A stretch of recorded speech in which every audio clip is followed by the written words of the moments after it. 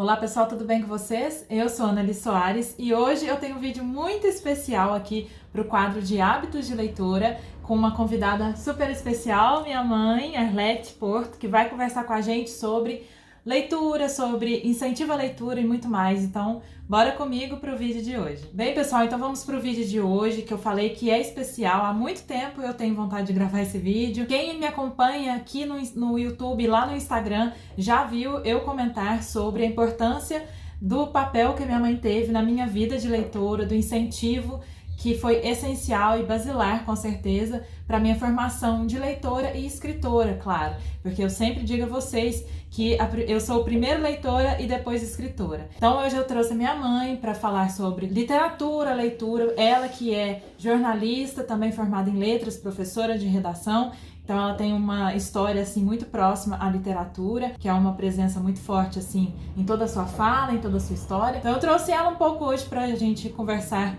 sobre essa vida com a literatura, essa experiência dela com a literatura, os incentivos que ela também teve e como foi trabalhar, né, esse incentivo com as duas filhas dela, eu e minha irmã. Então eu acho super legal a gente conversar sobre isso hoje. Então, mãe, para começar, queria que você contasse um pouco para as pessoas que estão aqui nos assistindo como que é, né, e é a sua experiência como leitora, como que você começou a ler, como que foi sua história, até chegar o momento de você transmitir essa paixão para suas filhas e para outras pessoas também. Na verdade, começou muito cedo, né? Eu costumo dizer que a melhor coisa é não se preocupar com hábito de leitura, mas com a paixão pela leitura. E ela deve ser contagiante, e para mim foi, principalmente pela minha avó materna, Maria Augusta, que era uma grande leitora e que minha família, né, morava sempre perto deles, né, da casa dos meus avós. Então eu atravessava a rua, já estava lá, e chegando era toda minha para ler as histórias. Ela assinava as revistas Família Cristã, Cruzeiro, Manchete e umas outras de Belo Horizonte, que agora eu não me lembro o nome, que era mais assim voltada à infância, porque eu tinha uma tia alfabetizadora, então ali permeava sempre essa coisa assim do letramento, né? Eu me lembro assim, um dia em que eu cheguei lá, né? Eu devia ter por volta dos meus 5 anos, no máximo 6, e ela estava lendo um livro que sempre li, um livro verde, de capa dura. Vem aqui, Arlete, que eu vou te mostrar uma coisa, uma historinha.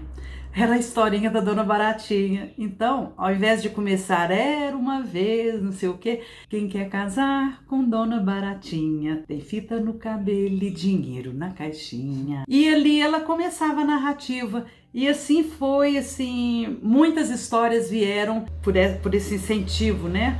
Por essa estratégia tão inteligente de fisgar, né, uma possível leitora ali, e fisgou. Sempre gostava de ficar ao lado dela e de suas amigas, ouvindo os causos, né? Então a palavra sempre me perseguiu num bom sentido, ela sempre me acompanhou. E tem a sua relação com a poesia, que você sempre cita, né? Seu tio sim, também tinha. Sim, a poesia. E eu tive a grande felicidade de ter sido aluna de Magda Oliveira, que é mãe de um amigo meu hoje que faz charge no jornal aqui da cidade. Ela era uma pessoa de grande sensibilidade. Então, eu estava na primeira série, tinha um momento da contação de história. Eu me lembro que ela contava a história da Pituxinha, fechando os olhos e tal, mas lia também muita poesia. Foi a partir daí que eu comecei, né, a vislumbrar esse encantamento que a poesia nos traz. E nas festinhas do colégio, eu sempre estava ali declamando, né? Decorei vários poemas infantis, participei no colégio, né, durante uns 3 anos do Festival de Poesia de Declamação. Já adolescente, eu declamei em 1 ano o E Agora José, do Carlos Drummond de Andrade, e declamei também Acrobata da Dor, de Cruz e Souza, né? Ganhei o primeiro lugar, achava aquela coisa mais incrível. Como a Annalise falou, casado com a minha tia, né, meu tio torto, Orlando Gomes, ele era um grande poeta, não de escrita, mas um poeta da vida.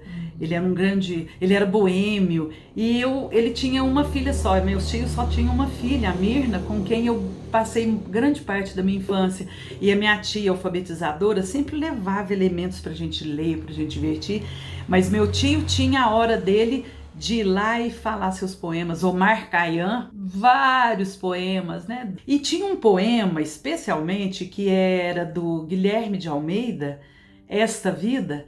Ele falava tanto esse poema, ele declamava tanto, que eu devia também estar lá por volta dos meus 5 anos. Eu acabei decorando só de ouvi-lo. E até hoje, assim, em algumas reuniões com os amigos e tal, as pessoas pedem para que eu declame Esta Vida de Guilherme de Almeida. Aí uma vez uma amiga minha chegou aqui e falou assim: Arlete, eu quero aprender aquele poema que você diz sempre, escreve para mim. Eu falei: nossa, eu nunca vi esse poema num papel, né? Eu ouvi e decorei.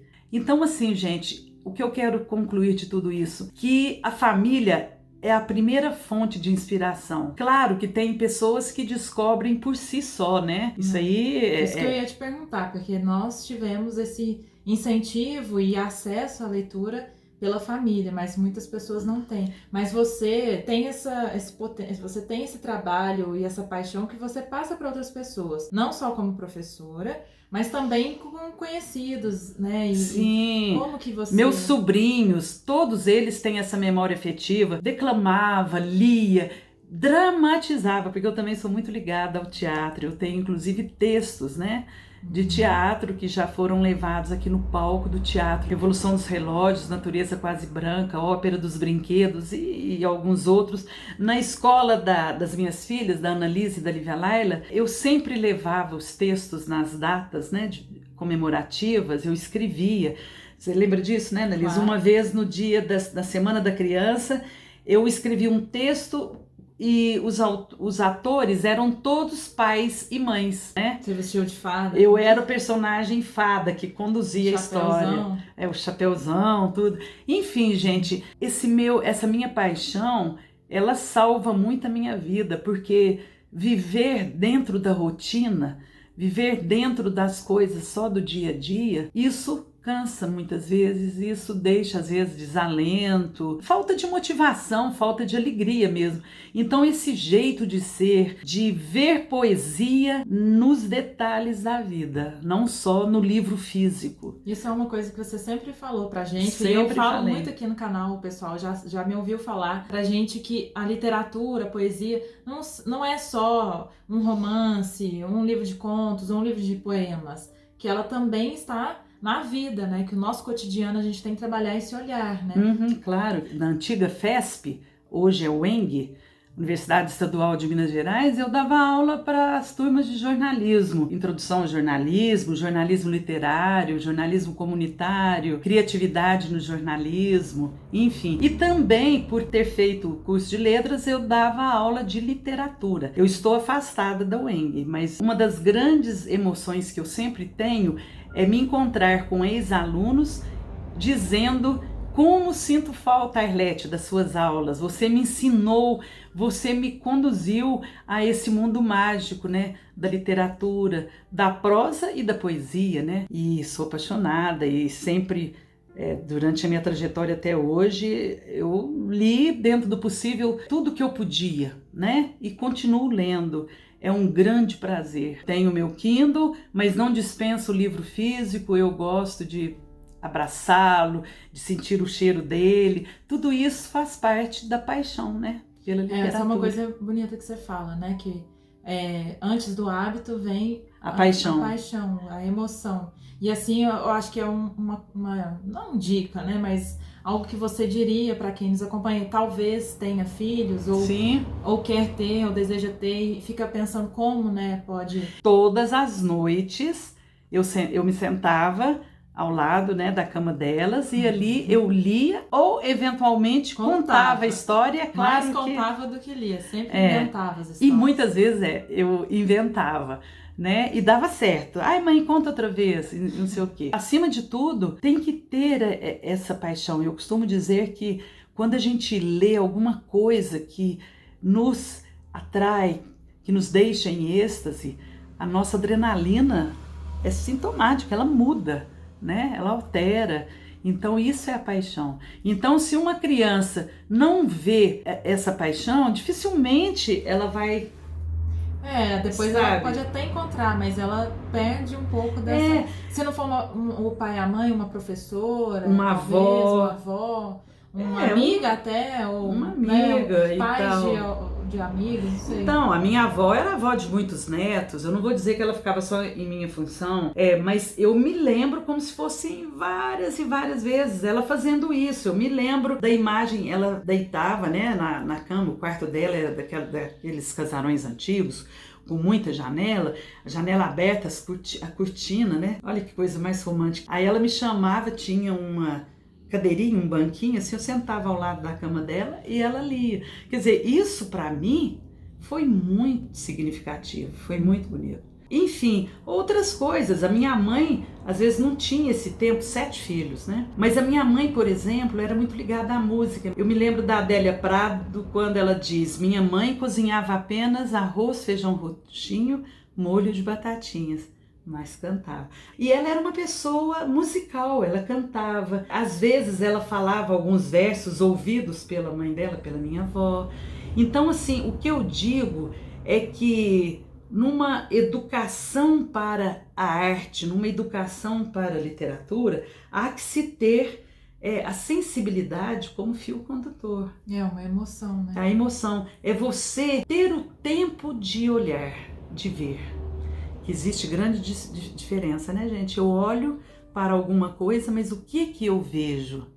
Então, esse educar é muito importante. Essa foi a base para eu transitar por toda a literatura, né?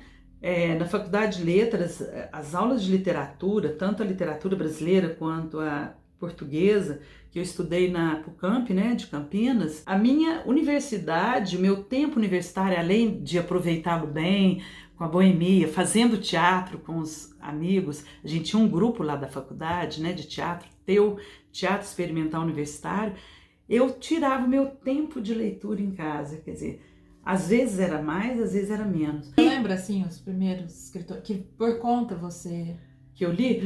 Eu li Hermann Hesse, assim, na adolescência, 14 anos, eu li Demian, Lobo da Estepe, Siddhartha, Altran Dourado, Lígia Fagundes Telles, Clarice Lispector, eu li um pouquinho mais à frente, lá na minha adolescência, mais pra frente, né, 17, 18 anos, que eu já me inteirava aqui na cidade, eu fazia parte do grupo de teatro daqui, então eu li muita dramaturgia também. Nelson Rodrigues eu li muito, li vários clássicos, né, que eu acho que é importante, e a gente não pode subestimar a capacidade da criança e do adolescente, a gente tem que dar às mãos dele aquela obra.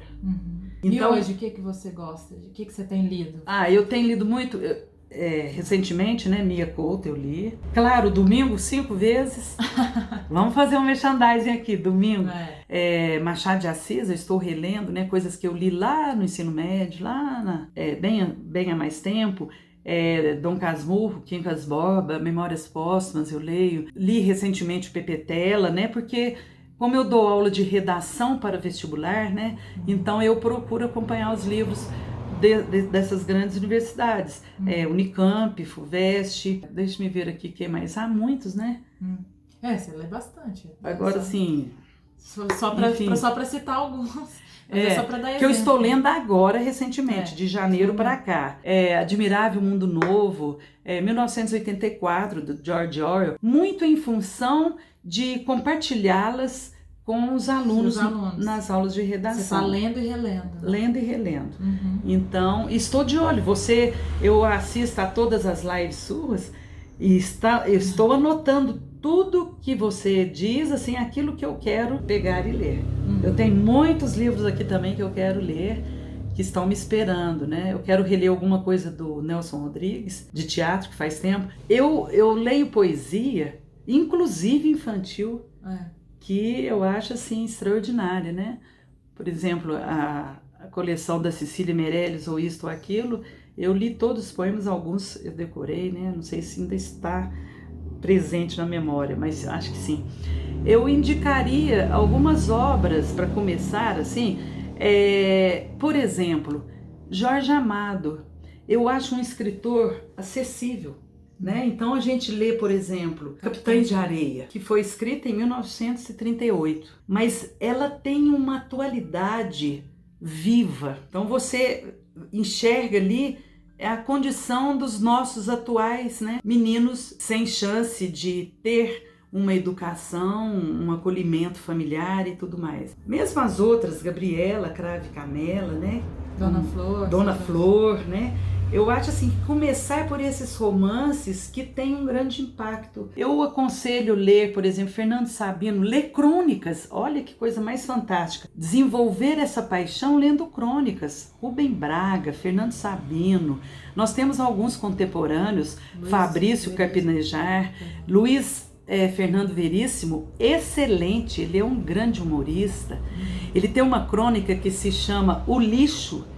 Ela é inteirinha um diálogo entre um casal de vizinhos que se apaixonam, os dois se apaixonam pelo lixo, né? As coisas que vão sendo colocadas ali no lixo de cada um. É fantástico.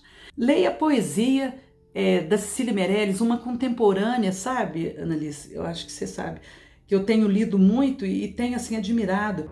Flora Figueiredo. Uhum. Ela é uma paulista, eu não sei de que cidade.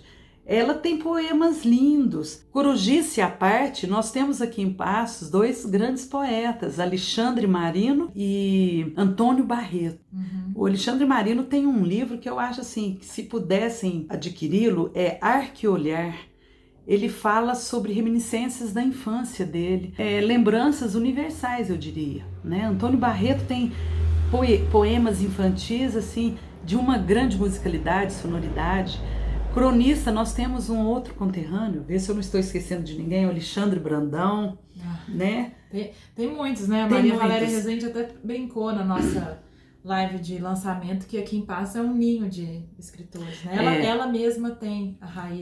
Sim, eu esqueci da Maria Valéria, meu Deus. Eu li já 3 obras dela esse ano, né? A última foi 40 Dias. Ela é uma grande escritora. Procurem saber, né, da obra dela. Mesmo o Marco Túlio Costa, né, meu ex-marido, tem obras infanto-juvenis fantásticas, né? Eu gravei um vídeo com ele também. Hoje, né? Ele citou o Antônio Barreto e o Alexandre também. Então, assim, vocês percebem, gente? A gente vai lendo, vai catando, e vai descobrindo. Eu tenho até medo, porque tem tantos escritores que eu já li, que eu leio e que eu procuro conhecer, né? Uhum. Você é bem aberta para literatura contemporânea. Assim, sou, né? muito. Eu quero sempre saber, tento acompanhar o Jabuti, né? A Conceição Avarista é outra, né? Olhos d'Água, que obra, né? Maravilhoso. Que eu li, assim, maravilhoso. Quando eu li a obra dela, porque o Eng era um dos livros, né, pedidos aqui no vestibular do ano retrasado, se não me engano. E depois foi o livro do Antônio Barreto, nosso passense, que foi A Barca dos Amantes, né? Que ele narra, né, a trajetória da Marília e do Dirceu, né? Das nossas Minas Gerais. Muito bonita a obra dele. Bom, enfim, então, e vez ou outra eu gosto de pegar algum clássico, né? Então, gente, eu não vou ficar lendo aqui toda, comentando. É importante, assim, alguém comentou, se você, sobre uma obra, se você tiver oportunidade, vá atrás dessa obra. Às vezes ela vai te dar, assim, momentos de êxtase, né? De estado de graça. Eu sempre brinco com vocês, a literatura salva, a arte salva. Então, muitas vezes, ainda voltando à poesia, as meninas, né? Ai, mãe, hoje eu tô assim entediada, não sei o quê. Ai, não tem nada para fazer, não sei o quê. Isso, assim, na adolescência. Falei, vamos lá, pegue um livro, leia um poema, leia uma poesia. Né? E falei, ainda falo, eu acho. A minha receita. Um dos meus presentes, que eu sempre falo também, que eu já era adolescente, assim, mas você ainda dava presente de Dia das Crianças pra gente, foi o livro do Vinícius de Moraes, né? Que foi o primeiro poeta que eu quis ler, né? Por conta própria. E você me deu aquele livro, eu tenho até hoje, assim, guardado. O Poetinha. Que foi uma época que aí eu passei a ler. Ela gostou do Vinícius, aí eu lia. E a gente... Drummond, lógico. Drummond! Nossa, meu Deus, eu não posso deixar de falar de Drummond. Que é isso? O meu gênio. Gente, ele sempre me surpreende. A cada dia. Por isso que a Annalise tem um quadro que eu amo, que é o Drummond-se. Uma coisa assim que eu acho que ajudou muito também essa paixão de vocês, de você e da Lívia Laila, é que houve uma época aqui em casa que a gente fazia rodas de leitura, saraus, né? Com os amigos, ou tertúlias, né? com os amigos. Cada um trazia um poema, uma crônica, um mini conto. A gente lia e depois compartilhava. E né? eu e a Lila ficava embaixo da mesa. Embaixo da mesa para ouvir. Que bobagem, lógico que se sentasse seria bem-vindo, mas a gente deixava, né? Essa estratégia delas. Eu ainda quero voltar depois da pandemia, eu já me prometi que depois da pandemia eu vou colocar a gente aqui para a gente fazer essas leituras. Então, assim, a vida fica mais nutrida quando a gente tem certos comportamentos, né? De compartilhar leituras, de comentar, de escrever fragmentos. Teve uma época que a gente escrevia esses fragmentos, punha no painel lá do quarto de brinquedos, né? E foi isso. A gente procura dar voz e vez ainda para esses momentos, né? Então é isso, gente. Essa aqui é só um pouquinho, mas eu queria muito trazer, né, mamãe para falar, porque eu tenho certeza que eu sou quem sou porque eu vim de onde eu vim, né?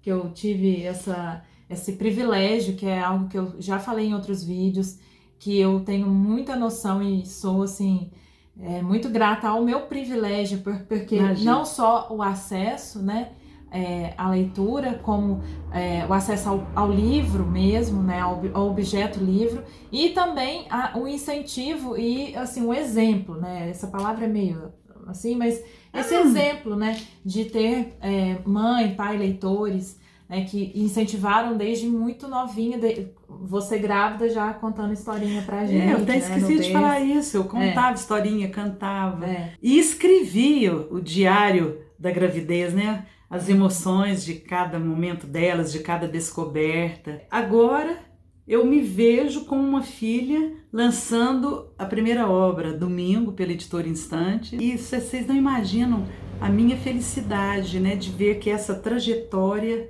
está continuando de uma forma de maior magnitude, eu acho, né? Não é porque, quer dizer, ela conseguiu escrever para levar para o grande público, né? Ao contrário de mim, né? Que eu escrevo, estão muitas coisas aí guardadas, mas quem sabe? Mas assim, ontem ainda à tarde ela falando que queria gravar hoje, né? Aí de repente eu me vi falando poema. Chorando, falando. Eu falo aqui, não, ele é grande, né? O poema do Tio Orlando. Pode falar, ué. Eu tenho essa história que eu acho assim sensacional. Você citou ele já, né? Eu citei ele no começo. Meu tio Orlando, ele declamava muito, principalmente Omar Khayyam e Vicente Carvalho, enfim. Tinha um poema do Guilherme de Almeida, Esta Vida. Ele falou tantas vezes, porque era assim, meus fins de semana, muitas vezes eu passava na casa deles. E eu decorei, um dia eu estava numa festa lá do meu avô, né? Meu avô era um grande boêmio. Ele fazia serenata, os amigos faziam serenata, depois entravam na casa dele e ficavam faziam um sarau, declamavam. Bom, enfim, e eu falei, vô, eu vou declamar aquela poesia, vô, que o tio Orlando fala, Esta Vida. Ele falou assim, você vai falar mesmo? Eu falei, vô, levantei, falei e fiquei super emocionada de ver que eu decorei mesmo. Então eu vou tentar passar aqui para vocês para encerrarmos aqui com uma grande lembrança que eu tenho, que era um momento assim de muita felicidade. De Guilherme de Almeida, Esta Vida. Um sábio me dizia, esta existência não vale a angústia de viver. A ciência, se fôssemos eternos num transporte de desespero, inventaria a morte. Uma célula orgânica aparece no infinito do tempo e cresce, vibra, se desdobra e estala num segundo. Homem, eis o que somos neste mundo. Falou-me assim o sábio e eu comecei a ver, dentro da própria morte, o encanto de morrer. Um monge me dizia, Ó mocidade, és relâmpago ao pé da eternidade. Pensa, o tempo anda sempre e não repousa. Esta vida não vale grande coisa. Uma mulher que chora, um berço a um canto, o riso às vezes, quase sempre um pranto. Depois o mundo, a luta que o intimida, 4 círios acesos, eis a vida. Falou-me assim um monge e eu continuei a ver, dentro da própria morte, o encanto de morrer. Um pobre me dizia, para o pobre, a vida é o andrajo vil que o cobre. Deus, eu não creio nesta fantasia. Deus me dá fome e sede cada dia, mas nunca me deu pão nem água. Deu-me esta vida um pão envenenado. Falou-me assim o pobre e eu continuei a ver, dentro da própria morte, o encanto de morrer. Uma mulher me disse, ande, venha comigo, feche os olhos e sonhe, meu amigo. Uma doce companheira que queiras muito e que também te queira. Um telhado, um penacho de fumaça, cortinas muito brancas na vidraça, um canário que canta na gaiola, que linda a vida lá por dentro rola. Falou-me assim a mulher e eu comecei a ver, dentro da própria vida, o encanto de viver. Parabéns! E assim a gente encerra o vídeo de hoje. Muito obrigada, mãe, foi ótimo. Espero que vocês tenham gostado. Se você gostou, deixa um joinha, deixa seu comentário aí, como que foi a sua experiência, como é a sua experiência de leitor. Se você também teve alguém na sua família que foi importante para isso, ou quem foi importante para isso, ou você se descobriu leitor sozinho de alguma maneira, conte aí para mim nos comentários. E vejo vocês num próximo vídeo. Um beijo grande e até!